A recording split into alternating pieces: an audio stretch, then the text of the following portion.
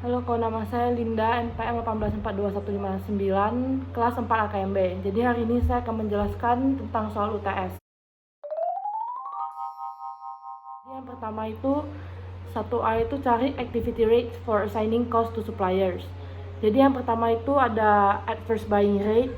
Rumusnya itu dari activity cost kita bagi dengan total insufficient units. Jadi hasilnya itu 450.000 dibagi 2.900. Jadi hasilnya itu $155.17 per adverse buying. Lalu yang kedua ada supplier returns. Jadi rumusnya itu supplier return activity cost dibagi sama return unitsnya. Jadi 115.000 dibagi sama 30 tambah 30 tambah 120 tambah 1.200, hasilnya adalah $83.33 per supplier returns. Yang B itu calculate the total unit purchasing cost for each component for each supplier. Jadi cara cari total unit supplier costnya itu hasil dari adverse buying rate itu kita kali sama insufficient unitsnya masing-masing. Lalu kita tambahkan dengan supplier return rate dikali dengan return units masing-masing. Jadi kita dapat total cost, habis itu kita bagi dengan unitsnya yaitu 15.000 dan 24.000. Siap dibagi itu dapat hasil unit cost. Jadi siap udah dapat unit cost, kita kali dengan unit purchase price. Setelah itu kita dapat total unit supplier cost per masing-masing. Lalu yang C, why we need to do value chain analysis, please explain it by link to strategic cost management. Jadi kita perlu buat value chain analysis karena itu merepresentasikan internal activity suatu perusahaan ketika mengubah barang dari input menjadi output. Jadi analisis ini bisa membuat company untuk mereduce cost-nya dan meningkatkan differentiation sesuai dengan hasil analisis yang terjadi. Jadi value chain analysis ini bisa membantu suatu perusahaan untuk mengurangi biaya dan lebih pandai dalam menggunakan cost-nya. Kedua itu tentang productivity measurement. Jadi pertama itu kita cari profile analysis existing machine A. Yang pertama itu materialnya. Jadi existing machine itu kita dapat dari output produce and sold dibagi dengan material use, yaitu 300.000 bagi 600.000 untuk existing machine. Hasilnya 0,5. Untuk machine A kita bagi 360.000 bagi 600.000, jadi hasilnya 0,6. Sedangkan untuk labornya kita pakai output produce and sold dibagi dengan labor use. Jadi 300.000 bagi 150.000 jadi dapat 2. Untuk machine A nya 360.000 bagi 150.000 jadi dapatnya 2,4. Habis sudah dapat profile analysis, kita cari profit link productivity measurement. Jadi pertama itu kita cek PQ nya, yaitu 360.000 dibagi 0,5.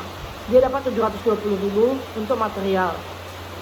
Siap itu kita kali P nya yaitu 22, jadi dapat hasil 15.840.000. Setelah dapat PQ kali P, kita cari AQ nya yaitu 600.000. Siap itu kita kali P nya yaitu 22, jadi hasilnya 13.200.000. Ketika udah dapat PQ kali P dan AQ kali P, kita cari PQ kali P kurang AQ kali P, yaitu 15.840.000 dikurang 13.200. Hasilnya itu 2.640.000 untuk material. Sedangkan untuk labornya, PQ-nya itu 360.000 dibagi 2, yaitu 180.000. Siap itu kita kali P-nya yaitu 15, jadi hasilnya itu 2.700.000.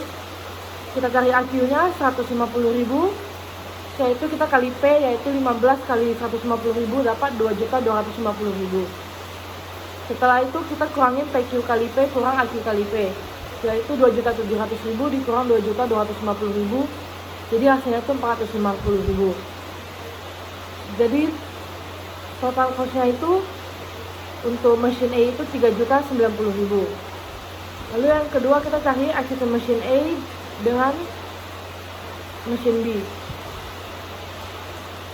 Jadi pertama profile analisisnya dulu, existing machine yang material sama yang labor sama kayak yang tadi. Lalu yang mesin B itu 350.000 dibagi 700.000 dapat 0,5, sedangkan untuk labornya 350.000 bagi 200.000 dapat 1,75. Setelah siap cari profile analisis, kita cari profit link productivity measurement. Jadi yang pertama itu kita cari PQ-nya material dulu, yaitu 350.000 dibagi 0,5, dapat 700.000. Lalu kita kali dengan P-nya, yaitu 20, dapat hasil 14 juta.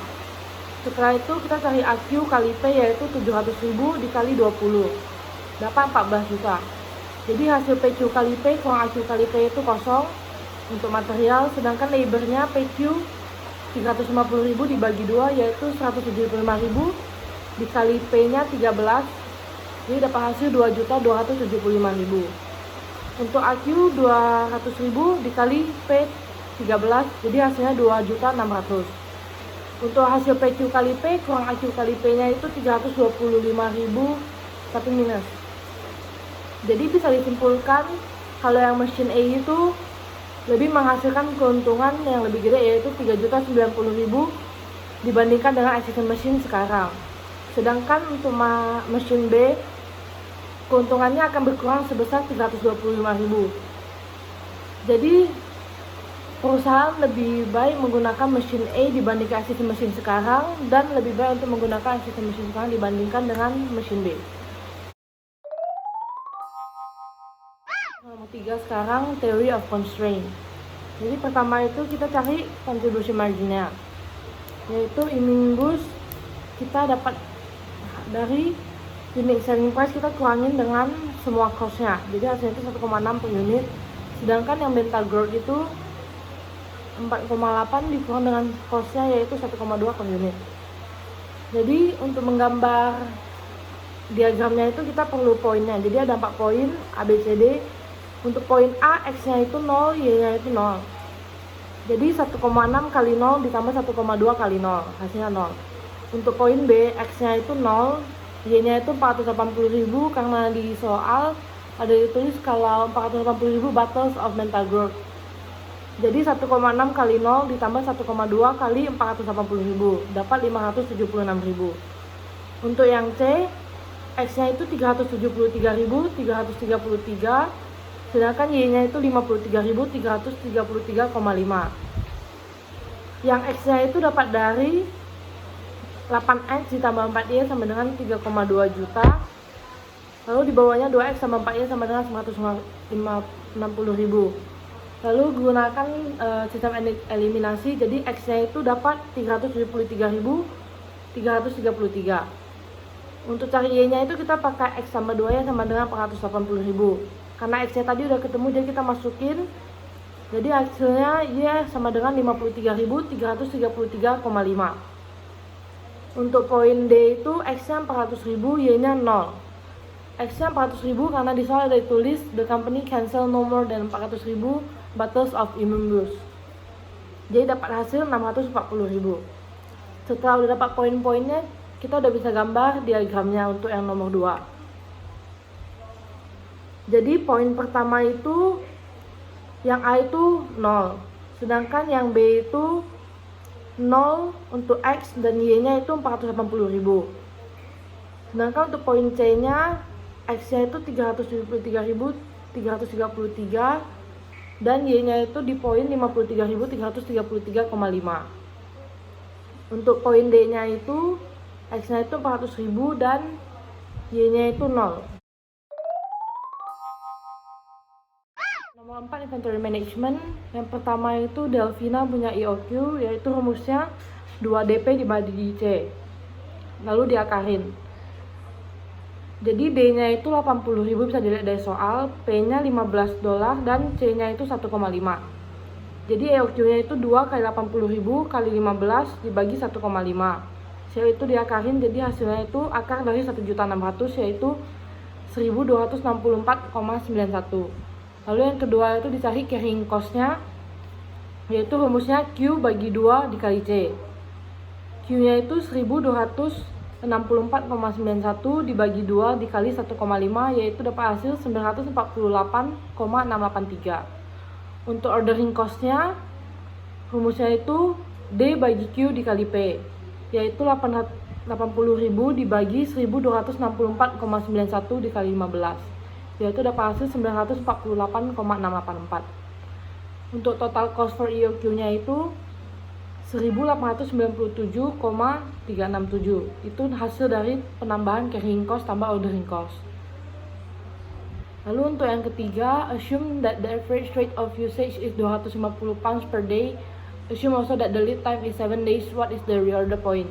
Jadi reorder point itu rumusnya average usage kali lead time, yaitu 250 dikali 7 hasilnya 1.750 pounds. Untuk yang keempat, explain the difference between GIT and traditional inventory. Jadi GIT itu didn't keep inventory karena mereka buat itemnya itu recording sesuai dengan kemauan customer. Sedangkan traditional inventory itu mereka ada simpan inventory di gudang mereka karena mereka tidak membuat item itu sesuai dengan pesanan customer. JIT nggak menyimpan inventory karena mereka juga ada untuk mengurangi cost yang unnecessary. Lalu yang kedua itu kita cari Mimi Corporation punya EOQ, yaitu rumusnya sama 2DP bagi C lalu diakarin. Jadi 2 dikali 35.000 dikali 30 bagi 4. Hasilnya itu akar dari 525.000 yaitu 724,568. Lalu yang kedua itu calculate the total cost by order quantity as EOQ. Jadi cara carinya itu order cost tambah carrying cost. Jadi kita cari order costnya dulu, habis itu cari carrying costnya, habis itu ditambahin. Jadi untuk ordering costnya itu 35.000 kali 30 bagi 724,568 tambah 4 kali 724,568 dibagi 2. Jadi hasilnya itu 1449,136 ditambah 1449,139.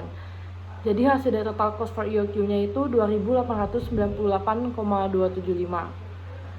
Sekian penjelasan saya mengenai soal UTS Akman. Jika ada kesalahan, saya minta maaf. Terima kasih.